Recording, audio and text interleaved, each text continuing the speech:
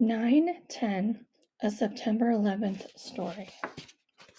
1 year later. September 11th, 2002, Ground Zero, New York City.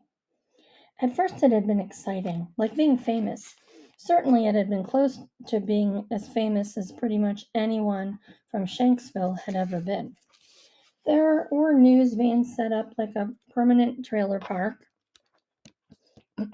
surrounding the strip mine, outside the school, and along US Route 30. There were satellite dishes and food trucks and newspaper people everywhere. There were people who just felt they had to come to see the sight of such a tragedy and pay some kind of respect to those who had died. There were the others, the conspiracy theorists, the morbidly curious, the wannabes, and the just plain crazy. And then there were the families and friends of the victims of 9/11 and Flight 93, who came almost immediately after the crash, whose swollen eyes were ringed with black circles, whose hearts were cracked open and torn apart. They had come looking for an answer or a story or a piece of something, anything to take away from them, with them. But there was nothing. No answers, no closure, nothing to take away. So instead, they left something. They left stuffed animals, notes, ribbons, pieces of clothing, books, flowers, Bibles, flattened pennies, poems, photographs, jewelry, tiny trinkets. They tied their objects, their hearts, their sorrow to the 40-foot-long chain link fence that had been installed at the crash site. They wrote things on the tall white boards that had been put there for that purpose. All kinds of people, hundreds a day, driving down roads that a year ago only a few cars and a couple of kids on their bicycles traveled. For a while, Will's sister set up camp on their front lawn just to give directions to all the students, to all the visitors who inevitably made a wrong turn or two. They dragged out a folding chair and table and hung a sign. Free directions. They took turns sitting there for weeks, until the grass under their chair turned brown, until even they got overwhelmed by all the people. The endless stream of lost, broken-hearted, patriotic, curious people. So much pain it wore a path in the streets and across everyone's hearts, threatening to obliterate everything else. And this, the 1 year anniversary, only promised to bring more interlopers. It was an opportune time, Will's mother had decided, for the family to get out of town, far from Somerset County, away from the crowds that had taken over Shanksville. And where else to escape the crowds? To New York City. Seriously? But Will knew why his mother had wanted to come. She had been awarded tickets to the 9/11 memorial service for her charity work, because she had spent the better part of the entire last year helping to set up the temporary memorial. She was in charge of cataloging every single item that was left behind or mailed to Shanksville. No object was too small or invaluable for her attention. Not a water-soaked matchbook, not a box of broken crayons, not an empty wallet with barely visible initials stamped into one corner. With each recorded memento of grief, Will's mother found hope, and Will's family began to heal. The heroes of Flight 93 affected Will's family in a different way. The people in that plane were heroes in the most important way, making a choice, not knowing the outcome, but knowing that acting was better than not acting. Doing the right thing because the right thing was what you were supposed to do.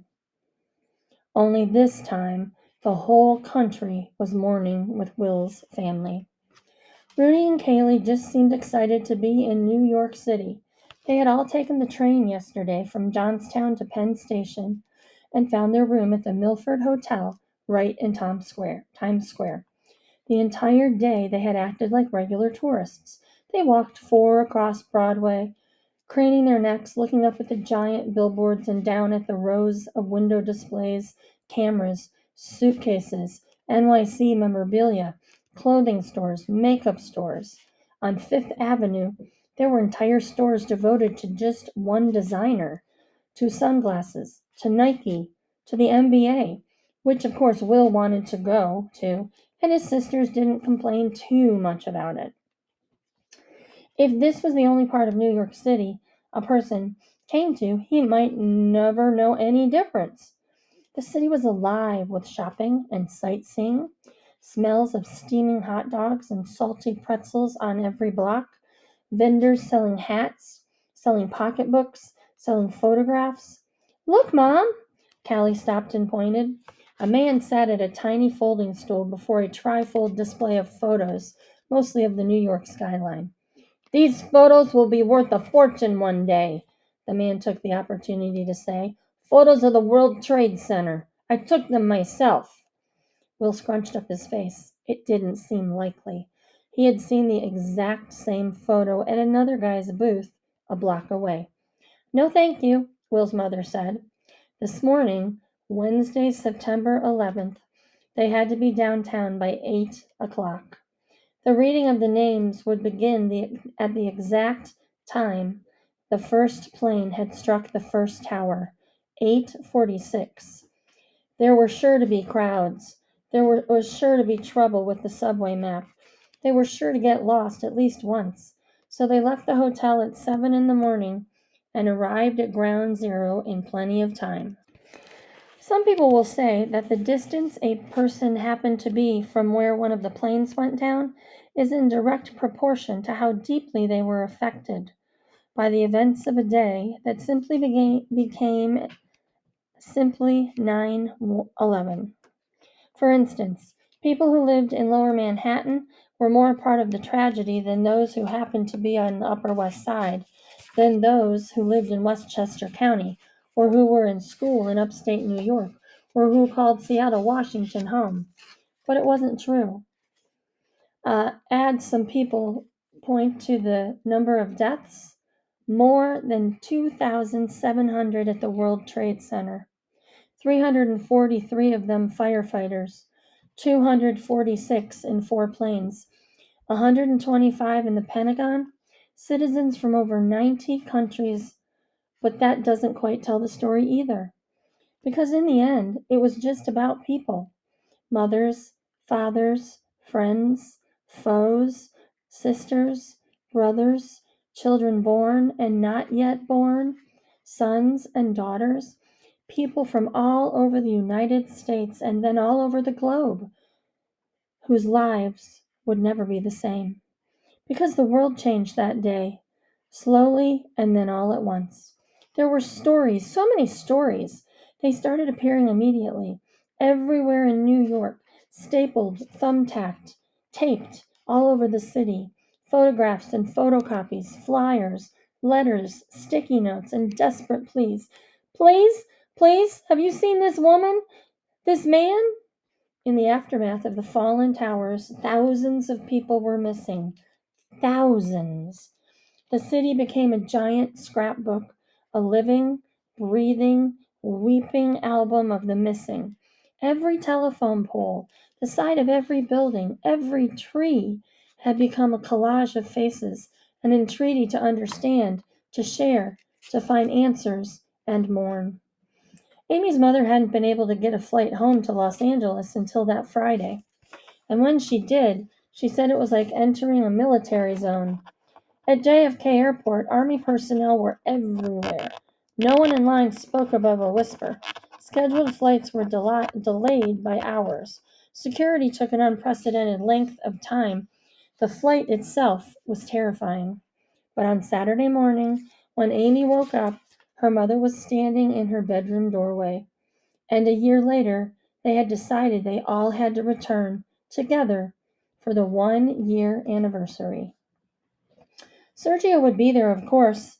Gideon had gotten him an extra ticket from the guys at Engine 209, Ladder Company 10, to attend the ceremony at Ground Zero inside the roped-off area, right on the flat expanse of dirt where the Twin Towers once stood. Sergio needed to be there. He wanted to. So much had happened in a year. It wasn't going to be a holiday. not like President's Day or MLK Day. So there was still school that Wednesday, but it was called Patriots' Day, and he was given permission to miss school. His grandmother wanted to go with him, and they both stood for nearly an hour before they could even get in. Apparently, a lady was going to play the flute, and one after another, relatives of those who were killed were going to walk up onto the stage and read the names, nearly 3,000 out loud. Many of Gideon's friends were among them. Gideon himself was going to be one of the readers. This last year, Sergio had spent a lot of time at the firehouse, and Gideon had even come to visit them in Red Hook. Sergio's grandma made dinner, and the three of them stuffed themselves and they watched Jeopardy on television afterward. Gideon helped Sergio with his homework, not that Sergio needed it. Gideon taught him basic first aid, and when Sergio had a test in biology, they studied together. And in a funny way, having Gideon in his life and knowing what happened to the country made Sergio less angry at his father, less angry at the world. It had made him more afraid and less afraid, both. There were so many reasons to mourn, and so much to be proud of, so many reasons to be at the memorial.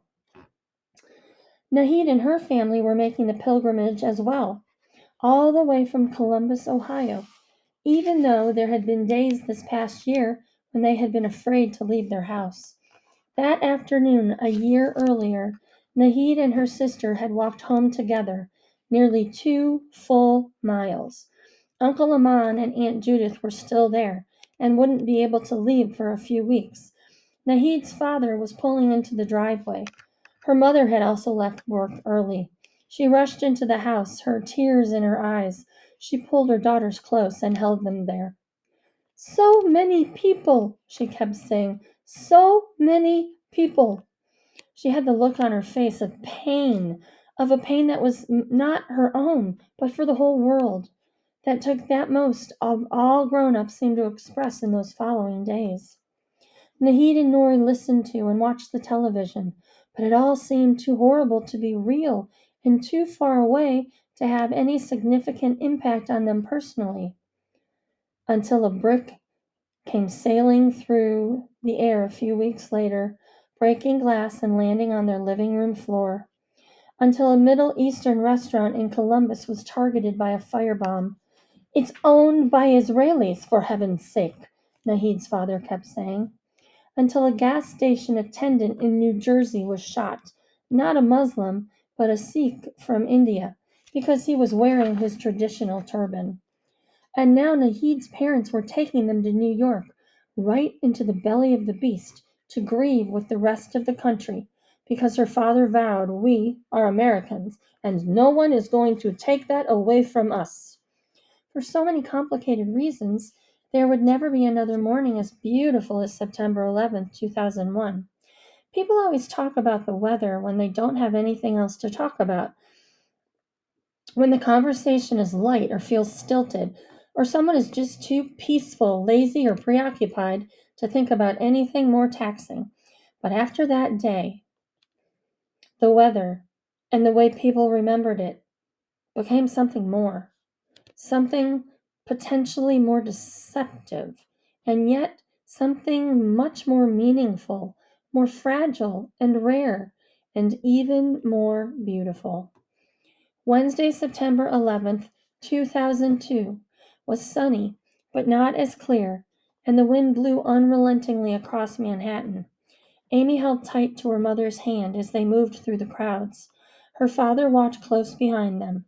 They finally found a spot and stood for a while on the platform on Fulton Street with the other people who had also stopped walking, who had also come to be part of something larger than they were, something that drew them to this place, even though they knew no one personally who had vanished in the white clouded air that day. They couldn't get any closer without a ticket, and the streets were roped off for blocks. Below at the memorial, they could see those who were standing, the families of the victims, holding flags, clutching flowers, holding photographs, holding babies in the air, as if those looking down and those far above could see them and know and feel. "It could have been you, Mom," Amy whispered, because how many times had she wondered why and why not? Who gets a second chance? A third? A fourth? And why did someone else get none?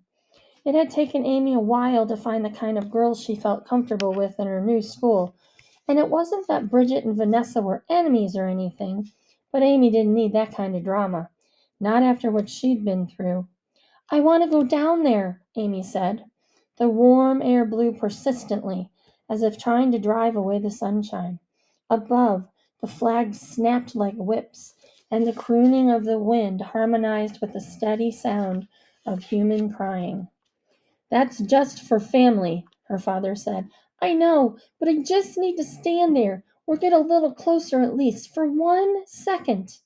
For a full year, Amy hadn't wanted to let her mother out of her sight. She had nightmares and got stomach aches when her mother went away on trips. But now Amy let go of her mother's hand and headed toward the line of people inside the velvet ropes. Her mother reached out to stop her. "Let her go," her father said. "We'll wait right here, Amy," he called out. "We'll be right here. Don't be long." She turned back around once and nodded. She needed to let go, and she needed to grab on, and she needed to stand directly in the center of the universe that almost wasn't there. "We don't have to stay long, but I just want to be there. I just want to leave these there. I want to show the world that we are Americans too. We can't be afraid," Nahid's mother said. She was clutching a spray of orchids wrapped in clear cellophane. "There's a fence surrounding the platform. We can't get too close, but I know we can get there and leave these flowers." But Nahid was afraid. She understood what her parents were telling her, but she didn't see why they had to come all the way to New York City to show it. In many ways, she felt like she was constantly saying, "I'm sorry," for something she didn't do. Nahid and her family had as much in common with Islamic extremists as, well, nothing. There was nothing about her religion that was like that of the terrorists who had done this, but no one really seemed to understand that. There had been community rallies and outcries against the violence, but that hadn't changed anything. Wearing her hijab, which had once seemed an ordinary act, even if it sometimes got her unwanted attention, was now nothing less than a unifying act of faith and bravery. Nahid had worn her hijab to school the very next day. "I am proud of you," her father told her. "Courage is contagious. When one person of courage stands up, others are affected and stand up with him." It was one thing to wear her religion on her sleeve, so to speak. At school, in the town where she lived all of her life, with kind teachers and a principal to help explain things, but coming here, to New York, to ground zero, that was a whole other kind of courage. Yet Nahid couldn't help being moved by the sights around her, and she forgot what others might be thinking when they saw her. Their mother handed each of her daughters a stemmed blossom to slip into the chain-link fence. Nahid brought the flower to her face as she remembered that day, a year ago, when nothing else was important to her except fitting in, being like everyone else. Now, when she looked around at the crowd of people, all sharing the same moment, the same sadness, not one person was like any other. If she squinted her eyes, everyone, every single person, melted into a mix of shapes and colors. "What are you doing here?" A mix of shapes and colors, and a harsh, angry voice. "Do you hear me? What are you people doing here?" Was this voice talking to her? Nahid looked up. He was white. He was big. He held an American flag in one hand. He stood directly in front of Nahid and her mother and her sister, until her father stepped in front of his family. Amy heard it too, the angry voice. She couldn't get down to where the stage was set up, but she had made her way to the tall fence where people had hung photos and flowers and stuffed animals. Anger sends out a strange enemy. Like a force field in a science fiction movie, it repels. It destroys. Amy felt it. "I said, What are you people doing here? She turned to see whom the voice was talking to, where his hostility was directed. To whom? We are here to honor those who died, just like you are, a dark-skinned man answered. He spoke softly. He was with a woman and two girls, all three with those colorful veils on their heads. Well, we don't want your kind here. Nobody does. Get out and take your Arab wife and kids with you. It wasn't right. It wasn't fair. It was scary and it was racist. Will could hear the lady playing the flute and the names being read, slowly, one after another, in alphabetical order behind him. But this was New York City, right? Nobody did anything for anyone else in New York City.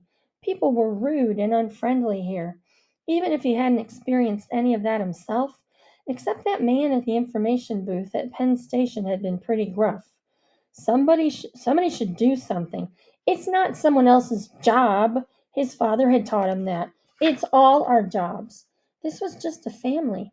Maybe they had lost someone. Maybe that's why they were here, to let go, to heal, like everyone else. Will turned to see if his mother had heard it too, but it didn't look like she had. She was staring down at the proceedings and crying, not falling apart, but crying. The girls were on either side of her, holding her skirt.